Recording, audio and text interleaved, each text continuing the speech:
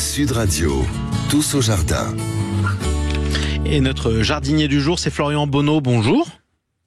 Bonjour Jean-Marie. Bonjour directeur commercial de Fleuron d'Anjou, coopérative de producteurs horticoles. Alors aujourd'hui avec vous, on parle de nos jardinières de géranium. Elles sont faites, les tomates sont plantées. Qu'est-ce qu'on peut faire d'autre ?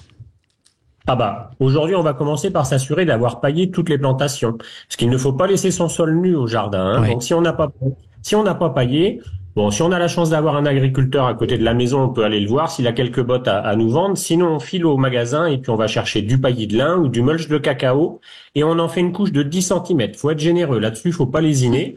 10 cm pour éviter la pousse des mauvaises herbes et surtout, pour garder l'humidité du sol. Alors la pluie est tombée, c'est vrai, mais les journées avec de fortes chaleurs vont arriver et il nous faut retenir l'humidité pour que nos tomates, notamment, puissent pousser en toute facilité. Exactement. Alors ça, c'est facile. Il n'y a rien d'autre à faire ? Ah si. Alors il y a toujours un moment pour s'amuser au jardin et puis il y a toujours une place pour planter quelque chose. Alors il est encore temps de planter quelques pieds d'aubergine par exemple ou de poivrons. Et puis alors un petit conseil personnel pour ceux qui ont les intestins sensibles, eh bien vous prenez des poivrons jaunes ou oranges, à la rigueur les rouges plutôt que les poivrons verts. Ils sont beaucoup plus digestes. Et puis un truc que j'aime bien faire moi en ce moment aussi dans les dernières plantations, c'est mettre un pied de potimarron ou un pied de butternut. Ça c'est excellent comme légume pour cuisiner cet automne et tout l'hiver. Et vous installez ça entre les rangs de pommes de terre, pour ceux qui ont fait des pommes de terre. Quand vous allez ramasser vos pommes de terre cet été, eh bien, le sol ne sera pas nu, il sera occupé par les courges et de potimarron et de butternut. Et c'est ça qui va justement faire qu'on pourra en avoir pour l'automne. On est d'accord, ça poussera pas avant Halloween, ça. Exactement. Et alors, il y a encore les tomates. On a parlé de pailler les tomates, mais sur les tomates, elles se mettent à pousser. Si vous les avez plantées déjà depuis un peu, elles ont commencé à pousser. Il faut les pincer. Alors, les pincer, c'est un peu technique. On se demande ce que ça doit être. Eh bien, vous regardez le long de la tige principale. Et à chaque endroit où il y a des feuilles, vous allez voir une petite pousse qui se forme. Eh bien, vous prenez vos deux doigts, vous pincez cette pousse pour la couper, et ça va permettre à vos tomates de pousser de façon bien droite, de ne pas se gêner pour que le soleil puisse donner toute la lumière possible aux plants de tomates et puis surtout aux fruits, et avoir des fruits de bon calibre pour les belles récoltes de cet été. Oui, ça c'est extrêmement instructif. On peut parler des fleurs aussi. Il n'y a rien à faire, on a déjà rempoté nos géraniums en jardinière le mois dernier ? Oui, c'est vrai, on a fait les géraniums le mois dernier, mais il y a toujours, je vous l'ai dit, il y a toujours de quoi s'amuser au jardin et il y a toujours une place pour planter quelque chose. Alors, on a eu un printemps qui est très pluvieux. Moi, je trouve qu'on a quand même manqué de soleil. J'ai pas regardé les bilans de Météo France, mais ça, c'est une certitude. Alors, on va planter aujourd'hui des fleurs qui permettent d'apporter du soleil. Il faut le faire venir. On va prier avec les fleurs et puis en installant des fleurs de soleil, ça va le faire venir. Exactement. Mais alors, comme quoi, comme fleurs ? Quelles fleurs peuvent nous apporter le soleil ? Des tournesols ?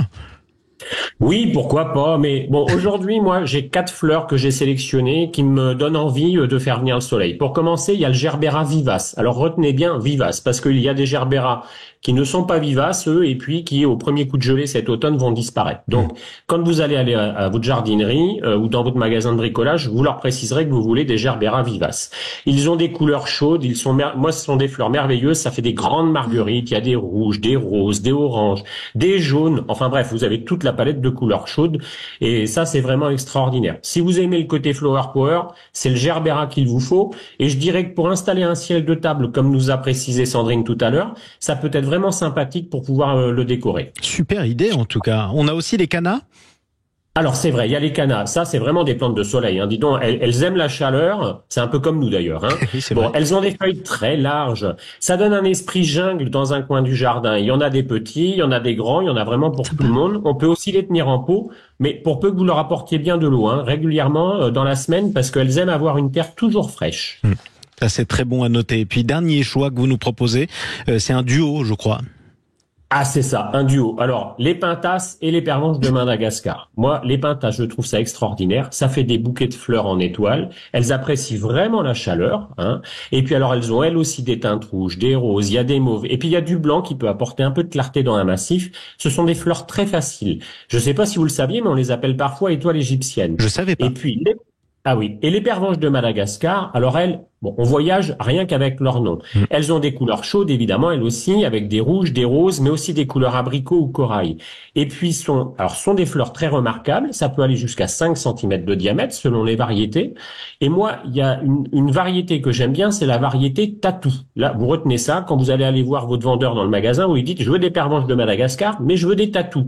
Je trouve que c'est des fleurs assez rock'n'roll. En réalité, elles ont le cœur de la fleur qui est noir. Ouais. Et alors, ce qui est très rigolo, c'est quand les températures sont un peu fraîches la nuit notamment, cette coloration noire peut déborder vers le bord du pétale. Et alors ça vous fait une véritable œuvre d'art et très éphémère sur votre balcon ou dans votre jardin. Moi je crois que si Johnny Hallyday les voyait, il les appellerait les allumés du jardin, ça c'est sûr. C'est bien trouvé, en tout cas ça fait envie, c'est formidable. Avec tout ça, bon, c'est que du bonheur, hein. Merci pour tous ces conseils. Vous avez encore séduit Sandrine Debrune d'ailleurs. Je sais pas ce qu'elle va prendre. Quelle fleur vous prenez de toutes celles qui viennent d'être citées, Sandrine? Les rock'n'roll. Les rock'n'roll, Ouais. ça m'étonne pas de vous. Merci beaucoup, en tout cas. Allez, tous au jardin, merci. Tous au jardin, Florian Bonneau, directeur commercial de Fleuron d'Anjou, coopérative de producteurs horticoles.